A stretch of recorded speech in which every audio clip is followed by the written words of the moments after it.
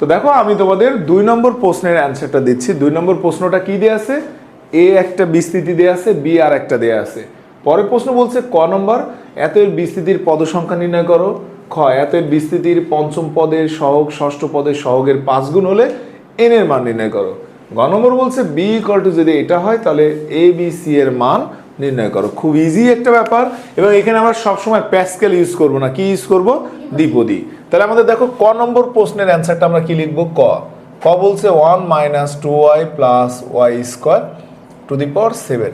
তাহলে এটা যদি আমরা সূত্র আকারে লিখে দেখো a square - 2ab plus B square to the power 7। তো এখানে আমাদের দেখো 1 - y square to the power 7। তাহলে এখান থেকে আমরা কি পাই? 1 - y টু দি পাওয়ার 14। এই যে বলছে বিস্তৃতির পদ সংখ্যা, পাওয়ার যত হবে বিস্তৃতির পদ সংখ্যা তার থেকে একটা বেশি হবে। তাহলে আমরা লিখি বিস্তৃতির সূচক হচ্ছে 14।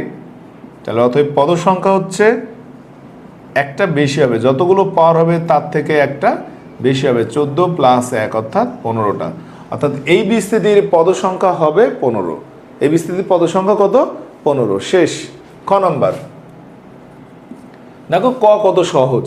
খ, এর বিস্তৃতির পঞ্চম পদের সহগ ষষ্ঠ পদের সহগের 5 গুণ হলে এন এর মান নির্ণয় করো। তাহলে আমাদের এটা কি আমরা একটু লিখি 2 + x to the power 3 to the power n।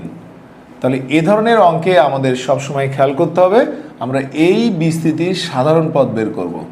এত বিস্তৃতির সাধারণ পদ মানে সাধারণ পদকে আমরা বলি r প্লাস অন্তম পদ। সাধারণ পদ হলো r প্লাস অন্তম পদ। এই r প্লাস অন্তম পদের সূত্র দেখো NCR 2 to the power n - r x/3 two the power r। তো এখানে আমাদের কাজ কি বলছে? পঞ্চম, এই যে ষষ্ঠ পদ, আরেকটা হলো পঞ্চম পদ। তাহলে r প্লাস 1, r এর মান কত হলে পঞ্চম হবে? r এর মান কত হলে পঞ্চম হবে? দেখো 1 কিন্তু আছে, তাহলে r এর মান আমরা কি ধরবো? 4। তাহলে দেখো এই যে আমরা লিখছি পঞ্চম 5তম পদ। 5তম পদ মানে কি? দেখো 4 প্লাস অনতম পদ। তার মানে তুমি এখানে কি লিখবা? NCR এর পরিবর্তে কি দেবো? r এর পরিবর্তে 4। এরপরে দেখো 2 4 - r, এরপরে x to the power r 3 to the power, এখানে r এর মান আমরা n এর মান দেবো n, r এর মান দেবো 4, আর x টু দি পাওয়ার 4। এটা ছিল আমাদের দেখো পঞ্চম পদ। অনুরূপভাবে আমি যদি ষষ্ঠ পদে যাই অর্থাৎ 6তম পদে যাই, তাহলে r এর মান কত হবে? 5।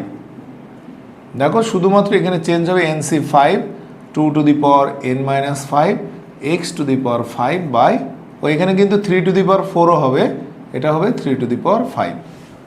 তা এই যে r এর মান 4 তো x এর পাওয়ারও হবে 3 এর পাওয়ারও হবে, এখানে x এর পাওয়ারও 5 হবে 3 এর পাওয়ারও 5 হবে।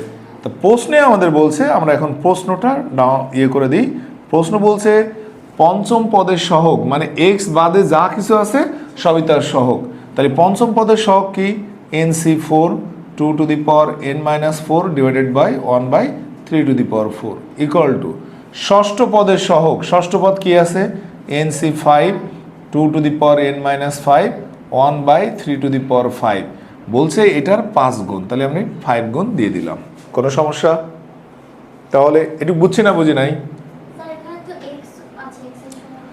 x বাদে যা কিছু থাকবে সবই তার সহগ।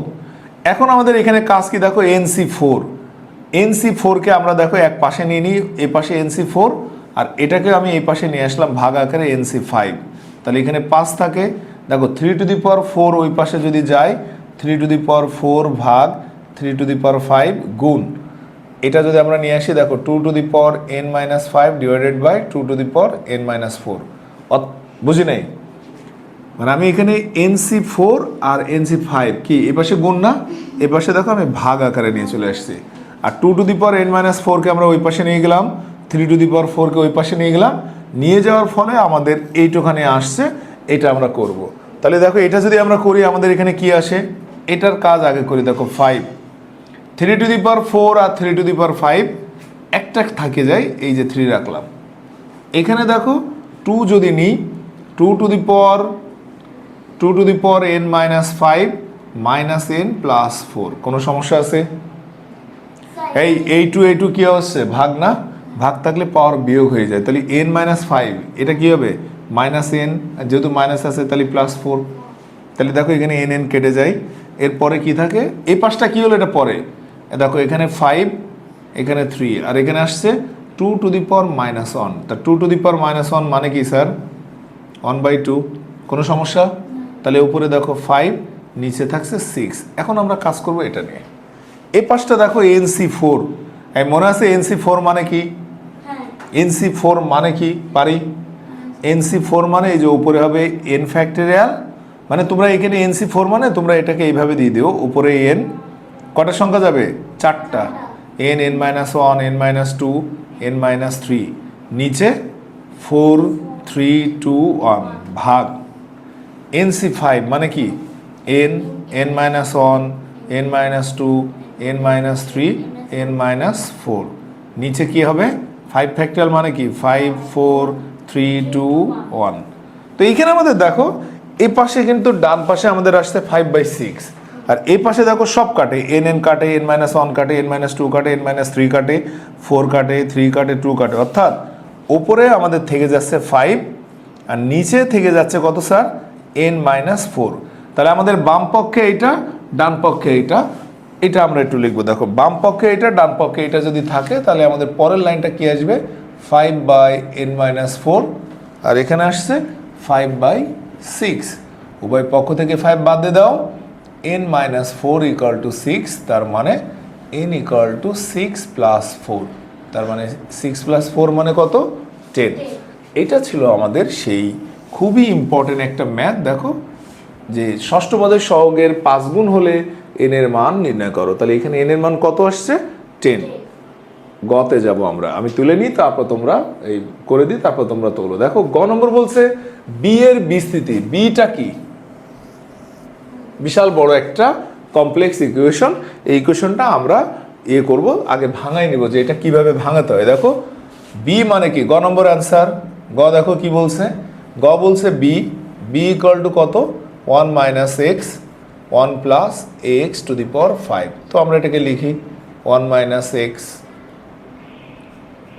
1 plus 5c1 X to the power 1, কত পর্যন্ত নিব আমরা? এখানে দেখো সি কিউ আছে, সি এক্স কিউ, মানে এখানে আমরা সি এক্স কিউ পর্যন্ত নেব। দেখো 5c2 এক্স স্কোয়ার, তারপরে 5c3 x to the power q, এটা ডট ডট ডট ডট। তাহলে আমাদের কাজ কি দেখো, এখানে যা আছে তাই রাখলাম, 1 মাইনাস এক্স 1, 5c1 মানে 5, এই যে 5ax, তারপরে 5c2 ওপরে 5 পর নিচে 2, তার মানে এটা 10 a square x square, 5c3 5 4 3 3 2, এটাও আমাদের 10 আসবে a q x q plus dot dot. আমার তো মনে হচ্ছে খটা একটু কঠিন হয়ে গেছে, গটা একদম সহজ। দেখো অন দিয়ে যদি আমরা এটাকে গুণ করে দিই যা আছে তাই হবে,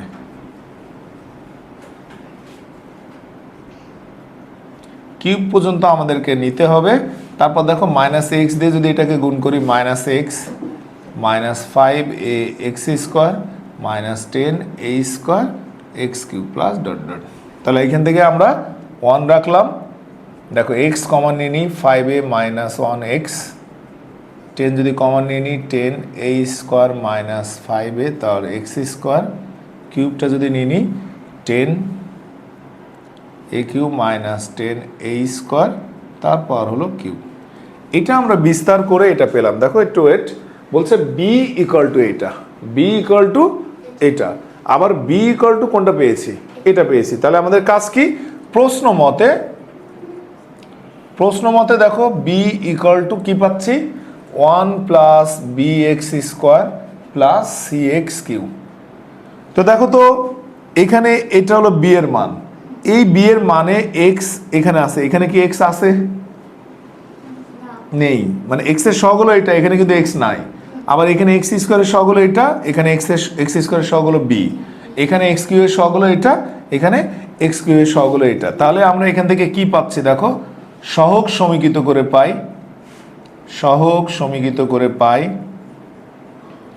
দ্বিপদীর অঙ্কগুলো অনেক বড়, সহগ সমীকৃত করে পাই কি পাচ্ছি দেখো 5a মাইনাস 1 ইকুয়াল টু 0, এরপরে কি পাচ্ছি 10a² minus 5a equal to তোমার বি, পরেরটা কত পাচ্ছি 10aq minus 10a² equal to C.